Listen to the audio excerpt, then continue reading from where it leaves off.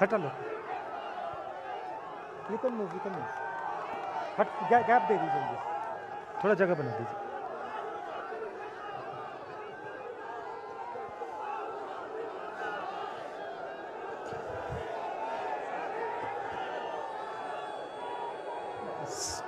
Stage पे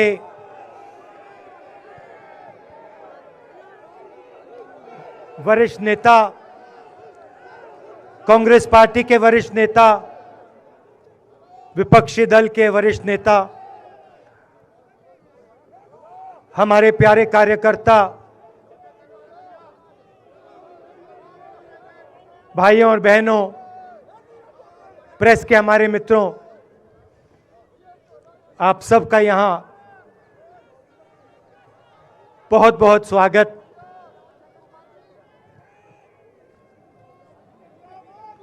आप आज यहां बर्फ में खड़े हैं, मगर आप में से किसी को सर्दी नहीं लग रही है। आप बारिश में खड़े हुए, कोई भीगा नहीं। गर्मी में आपको गर्मी नहीं लगी, सर्दी में आपको सर्दी नहीं लग रही है, क्योंकि देश की शक्ति आपके साथ है।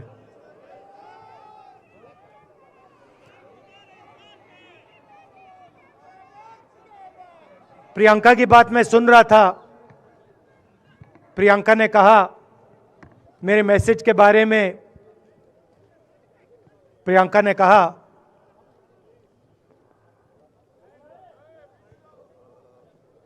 नॉर्मली होता नहीं है, मगर मेरे आंख में आंसू आए।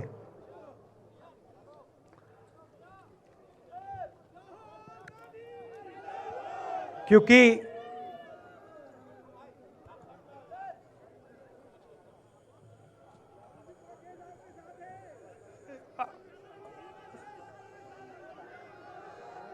मैं कन्याकुमारी से चला, शुरुआत की और पूरे देश में हम पैदल चले। मैं सच बताऊं, आपको अजीब लगेगा, मगर मैं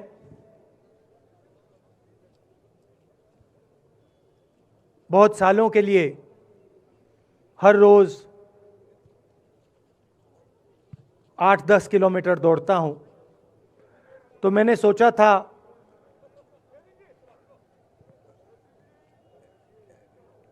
देश कन्याकुमारी से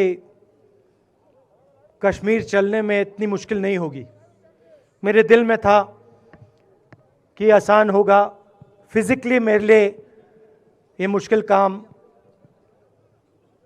मैंने सोचा था मुश्किल काम नहीं होगा। शायद मैं काफी वर्जिश करता हूं, थोड़ा सा अहंकार आ गया, जैसे आ जाता है।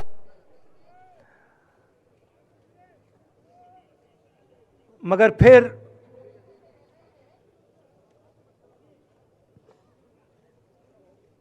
बात बदल गई। जब मैं छोटा था,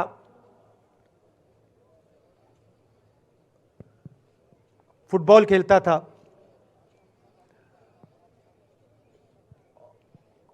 और कॉलेज में जब मैं फुटबॉल खेल रहा था, एक बार मुझे बहुत जोरों से घुटने में इंजरी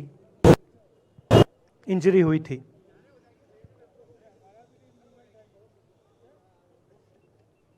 मैं उसको भूल गया था।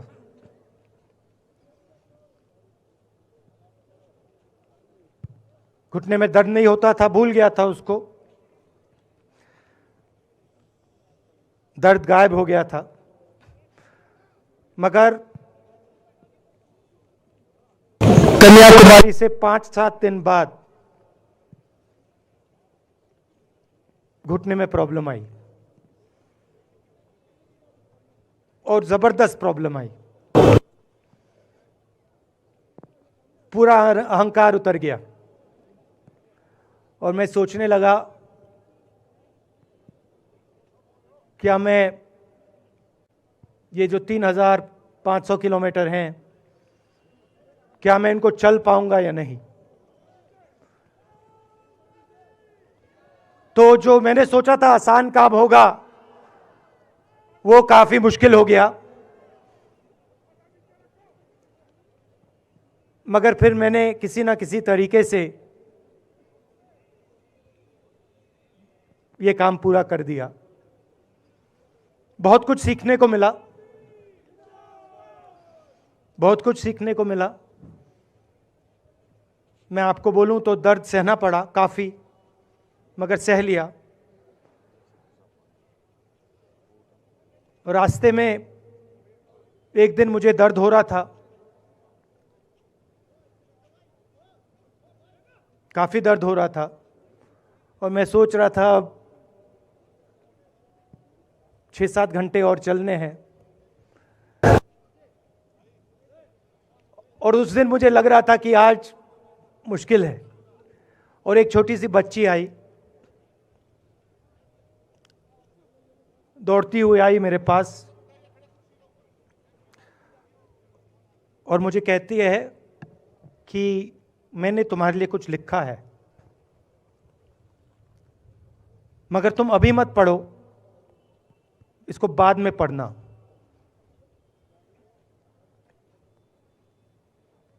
और फिर वो मुझे गले लग के भाग गई। फिर मैंने सोचा अब पढ़ता हूं क्या लिखा है।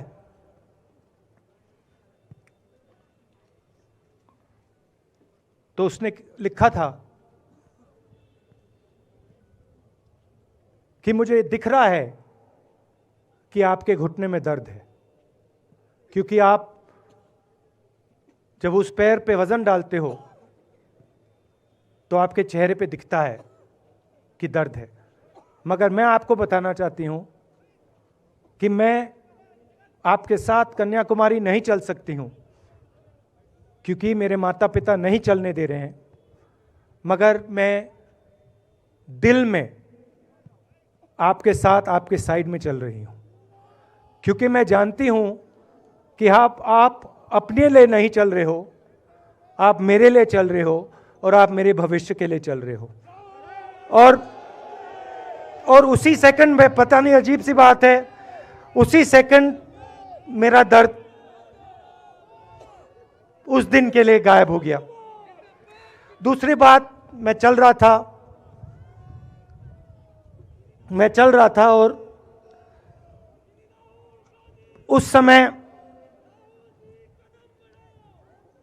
उसी समय वहां पे थोड़ी सर्दी बढ़ रही थी। सुबह का समय था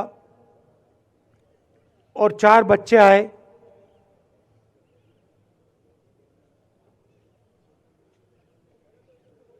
पता नहीं कहना चाहिए या नहीं।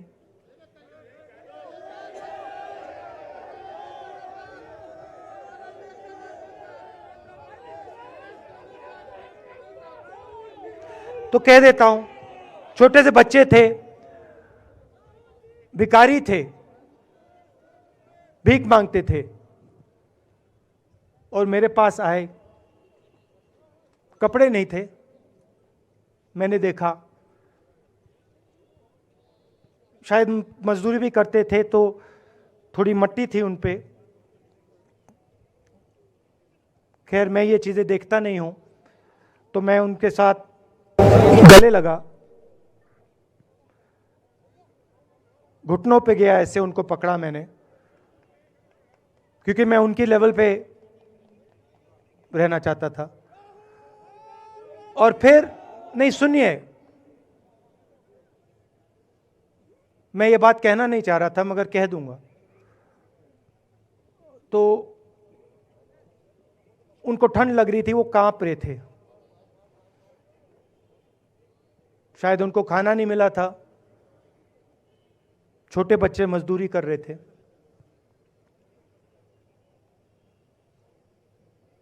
तो मैंने सोचा कि अब अगर ये स्वेटर नहीं पहनते हैं, अगर ये जैकेट नहीं पहन रहे हैं, तो मुझे भी नहीं पहनना चाहिए। मगर मैं मैं झिझका क्यों आपको बताना चाहता हूं, मैं झिझका क्यों आपको बताना चाहता हूं। जब मैंने ये खत्म किया, मैं चल रहा था, तो हमारे साथ एक व्यक्ति थे, उन्होंने मुझे मेरे कान में बोला, राहुल जी, ये बच्चे गंदे हैं, इनके पास आपको ऐसे जाना नहीं चाहिए। तो मैंने उनसे कहा, वो आपसे और मुझसे दोनों से साफ हैं।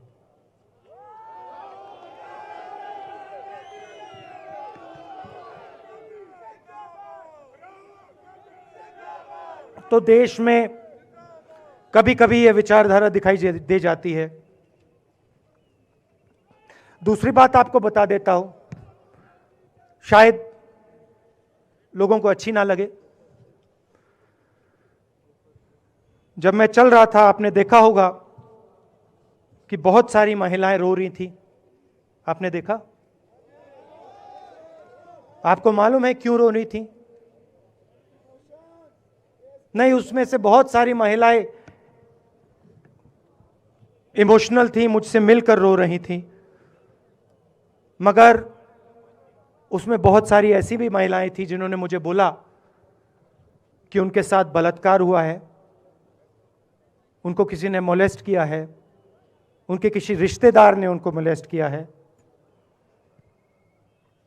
और जब मैं उनसे बोलता था, बहन मैं पुलिस को बताऊं, तो मुझे कहती थी, राहुल जी पुलिस को मत बताइए, हम चाहते हैं कि आपको ये बात मालूम हो, मगर पुलिस को मत बताइए, हमारा और भी नुकसान हो जाएगा। तो ये हमारी देश की सच्चाई है। ऐसी बहुत सारी और मैं कहानियां आपको बता सकता हूं।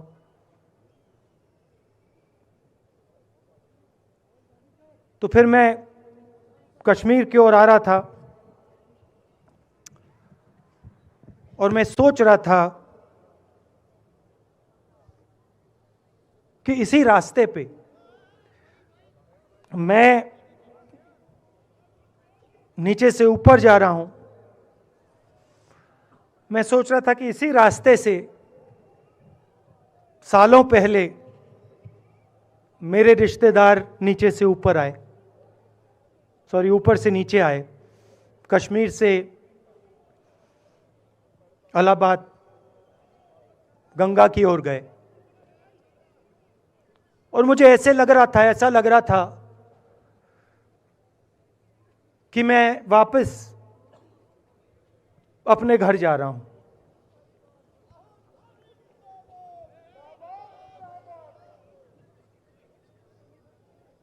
घर मेरे लिए, जब से मैं छोटा था, मैं सरकारी घरों में रहा हूं, मेरा अपना घर नहीं है।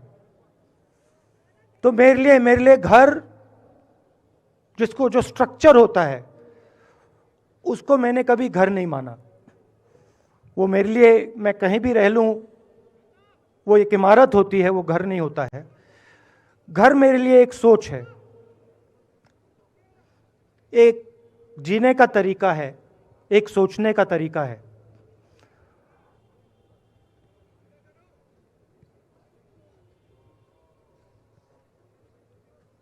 और यहां पे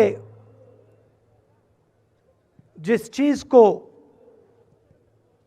आप कश्मीरियत कहते हो, उसको मैं अपना घर मानता हूं। अब ये कश्मीरियत है क्या? ये जो शिव जी की सोच है एक तरफ, और थोड़ी सी गहराई में जाएंगे तो उसको शून्यता कहा जा सकता है। अपने आप पर, अपने अहंकार पर, अपने विचारों पर आक्रमण करना, और दूसरी तरफ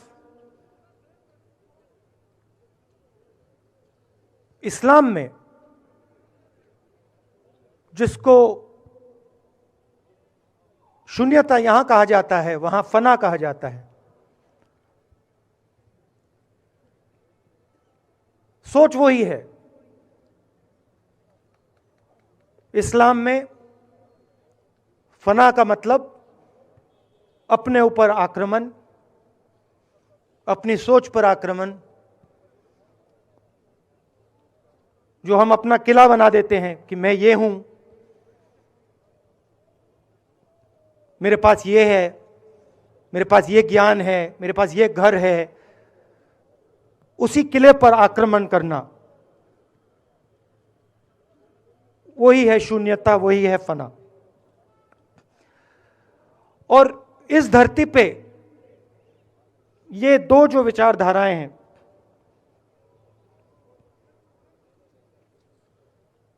इनका एक बहुत गहरा रिश्ता है और ये सालों से रिश्ता है, जिसको हम कश्मीरियत कहते हैं। यही सोच बाकी स्टेट्स में भी है। गांधी जी वैष्णव जनतों की बात करते थे, जिसको हम यहां शून्यता, फना कहते हैं, उसको गुजरात में वैष्णव जनतो कहा जाता है। असम में शंकर देव जी ने भी यही बात कही। कर्नाटक से हमारे यहाँ जो लोग आए हैं, वहाँ बसवा जी ने ये बात कही। केरल में नारायण गुरु ने ये बात की। महाराष्ट्र ने ज्योतिबा फुले जी ने ये बात की। और यहाँ इसको हम कश्मीरियत कहते हैं। लोगों को जोड़ना और दूसरों पर आक्रमण नहीं करना, अपने आप पर आक्रमण करना, अपनी कमी देखना।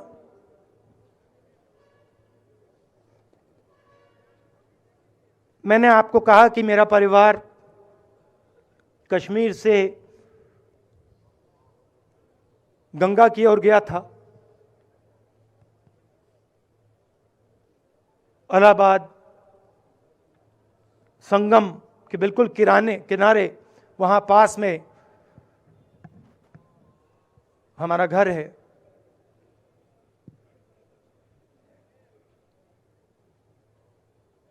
तो जब यहां से वो वहां गए, उन्होंने कश्मीरियत की जो सोच थी उसको गंगा में डाला था। गंगा में ले गए उस सोच को और उत्तर प्रदेश में उस सोच को फैलाया था, जिसको उत्तर प्रदेश में गंगा जमुना तहजीब कहा जाता है।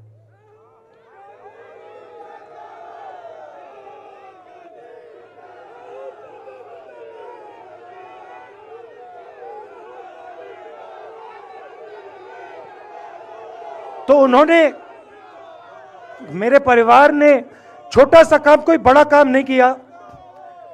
जो आपने उनको सिखाया, जो जम्मू कश्मीर के लोगों ने उनको सिखाया, लद्दाख के लोगों ने सिखाया, क्योंकि उसमें बौद्ध धर्म भी है, उनके पास भी वही सोच, शून्यता की सोच उधर भी है। वो उसको ले गए और उस विचारधारा को, सोच को गंगा में उन्होंने रखा। तो मैं ये सोच रहा था, जब यहां आ रहा था, पैदल चल रहा था, और मुझे सिक्योरिटी वालों ने कहा था कि देखिए, आप पूरे हिंदुस्तान में चल सकते हो, जम्मू में भी चल सकते हो, मगर आखिरी जो 4 दिन हैं कश्मीर में, आपको गाड़ी से जाना चाहिए।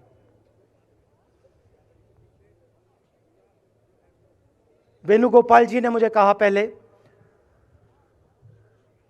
और जो ऑर्गेनाइज कर रहे थे उन्होंने कहा। 3-4 दिन पहले एडमिनिस्ट्रेशन ने कहा कि देखिए, शायद डराने के लिए कि देखिए अगर आप पैदल चलेंगे तो आपके ऊपर ग्रेनेड फेंका जाएगा। तो मैंने सोचा,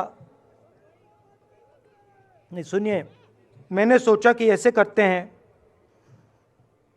मैं अपने घर वापस जा रहा हूं, 4 दिन पैदल चलूंगा, अपने घर के जो लोग हैं उनके बीच में चलूंगा। और मैंने सोचा कि जो मुझसे नफरत करते हैं उनको क्यों ना मैं एक मौका दूं कि मेरी सफेद शर्ट का रंग बदल दें, लाल कर दें।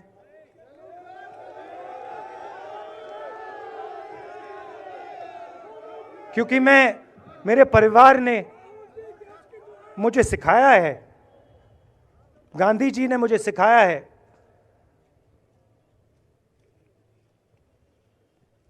कि अगर जीना है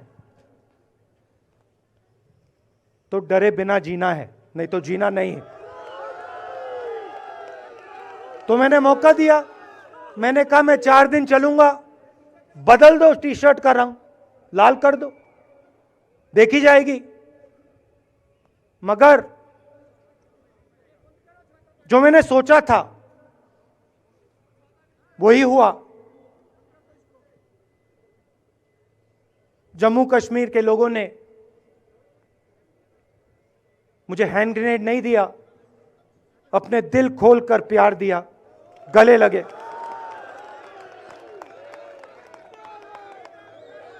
और मुझे बहुत खुशी हुई कि उन सब ने मुझे अपना माना और प्यार से, बच्चों ने, बुजुर्गों ने आंसुओं से मेरा यहां स्वागत किया। मैं अब जम्मू कश्मीर के लोगों से और जो यहां हमारे सेना के लोग काम करते हैं, सीआरपीएफ के लोग काम करते हैं, उनको मैं कुछ कहना चाहता हूं। सबको, जम्मू कश्मीर के युवाओं को, बच्चों को, माताओं को, सबको, सीआरपीएफ के, बीएसएफ के, आर्मी के जवानों को, उनके परिवारों को, उनके बच्चों को मैं कहना चाहता हूं, देखिए मैं हिंसा को समझता हूं, मैंने हिंसा सही है, देखी है।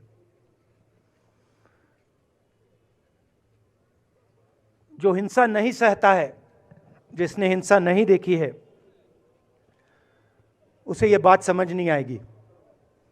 जैसे मोदी जी हैं, अमित शाह जी हैं, आरएसएस के लोग हैं, उन्होंने हिंसा नहीं देखी है।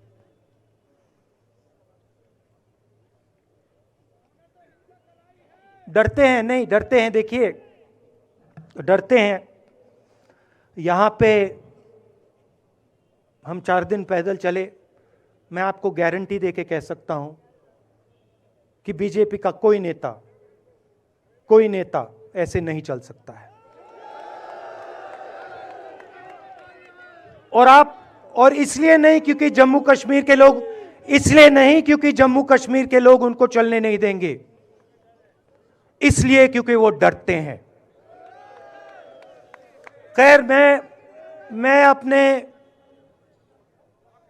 जम्मू कश्मीर के लोगों को, युवाओं को, बुजुर्गों को और आर्मी के लोगों को, सीआरपीएफ, बीएसएफ लोगों को थोड़ा सा बताना चाहता हूं। देखिए, मैं जब 14 साल का था, स्कूल में था, सुबह ज्योग्राफी की क्लास में था, मैं पढ़ रहा था, सामने बैठा था और मेरी एक टीचर आई, अंदर आई और उसने कहा राहुल तुम्हें प्रिंसिपल बुला रहा है। मैं बदमाश था, बहुत बदमाश था जब छोटा था। बहन से पूछ सकते हो क्या क्या करता था मैं, अभी भी करता हूं।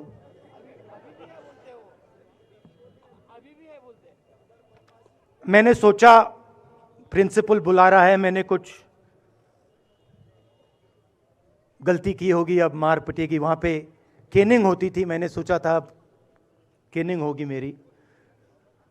मगर जब मैं चल रहा था, जिस टीचर ने मुझे बुलाया उसको देखकर मुझे कुछ अजीब सा लगा। और जब मैं प्रिंसिपल के ऑफिस पहुंचा तो प्रिंसिपल ने कहा राहुल तुम्हारे घर से फोन कॉल है।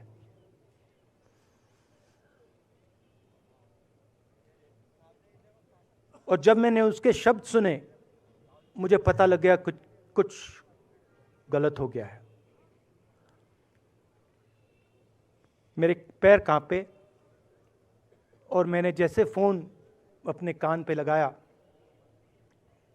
तो मेरे माँ के साथ एक औरत काम करती है, वो चिल्ला रही थी राहुल दादी को गोली मार दी, दादी को गोली मार दी, दादी को गोली मार दी। 14 साल का था।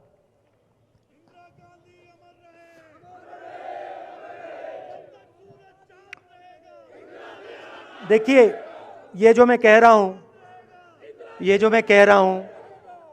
जो मैं अभी कह रहा हूं, ये बात प्रधानमंत्री को नहीं समझ आएगी, ये बात अमित शाह जी को नहीं समझ आएगी, ये बात डोवल जी को भी नहीं समझ आएगी, मगर ये बात कश्मीर के लोगों को समझ आएगी, ये बात सीआरपीएफ के लोगों को समझ आएगी, ये बात आर्मी के लोगों को समझ आएगी, उनके परिवारों को समझ आएगी। तो उन्होंने मुझे कहा, नाम ओंगमू है उसका, उसने कहा दादी को गोली लग गई, दादी को गोली लग गई। और फिर मुझे गाड़ी में वापस ले गए, प्रियंका को मैंने स्कूल से उठाया, मैं वापस गए।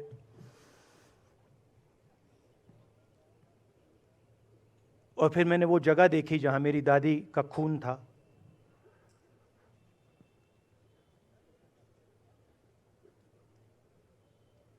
पापा आए, माँ आई।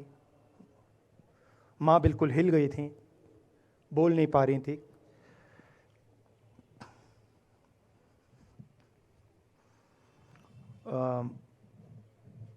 हाँ,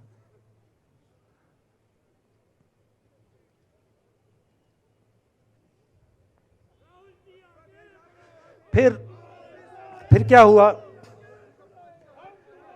तो जब जो हम लोग हैं जिन्होंने हिंसा देखी है,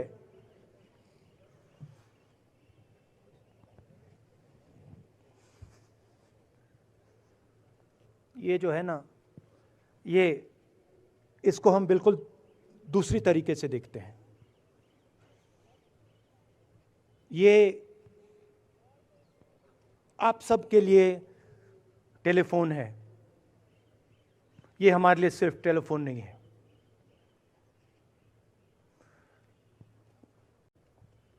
उसके बाद 6-7 साल बाद मैं अमेरिका में था और फिर से टेलीफोन आया। 21 में टेलीफोन आया। जैसे बहुत सारे, जैसे जो पुलवामा में हमारे सैनिक मरे थे, उनके घर टेलीफोन आया होगा। हजारों कश्मीरी लोगों के घर टेलीफोन आया होगा। सेना के परिवारों को टेलीफोन आया होगा। वैसा ही टेलीफोन आया। पिता के एक दोस्त थे, उन्होंने मुझे फ़ोन किया और कहा राहुल बुरी खबर है। मैंने उनसे कहा मैं जानता हूँ, पापा मर गए। कहते हैं हाँ, मैंने कहा धन्यवाद, फोन रख दिया।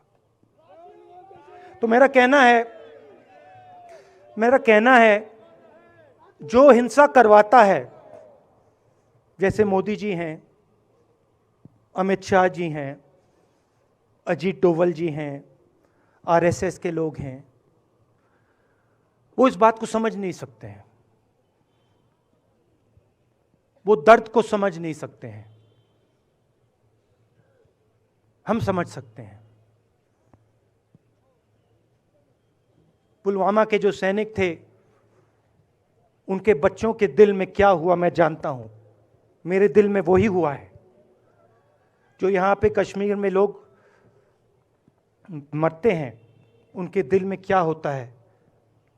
जो फोन कॉल आता है क्या लगता है वो मैं समझता हूं, मेरी बहन समझती है। तो कल किसी जर्नलिस्ट ने मुझसे पूछा यात्रा का क्या लक्ष्य है।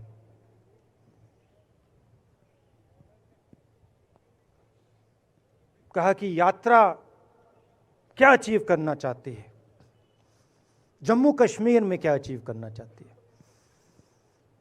मेरे उस समय दिमाग में आया, मगर मैंने कहा नहीं बोलता हूं, कल भाषण में बोलूंगा। यात्रा का लक्ष्य है कि ये जो फोन कॉल हैं, चाहे ये आर्मी के हों, चाहे सीआरपीएफ के हों, चाहे ये कश्मीर के लोगों के हो, ये फोन कॉल बंद हो जाए।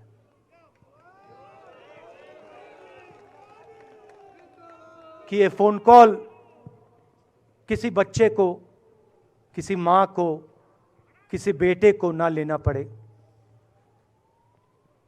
मेरा लक्ष्य ये जो फोन कॉल हैं इनको बंद करने का है। अब देखिए, बीजेपी आरएसएस के लोग आक्रमण किस चीज पे कर रहे हैं। मुझे गाली देते हैं, मैं उनका धन्यवाद करता हूं, क्योंकि मैंने आपको शून्यता की बात की, शिव की बात की, उसको मैं समझता हूं और मैं दिल से उनका धन्यवाद करता हूं कि जितना भी वो मेरे ऊपर प्रेशर डालें, जितनी भी गाली लगाएं, जो भी वो करें, उससे मैं सिर्फ सीखता हूं। तो मैं एक प्रकार से उनका धन्यवाद करता हूं।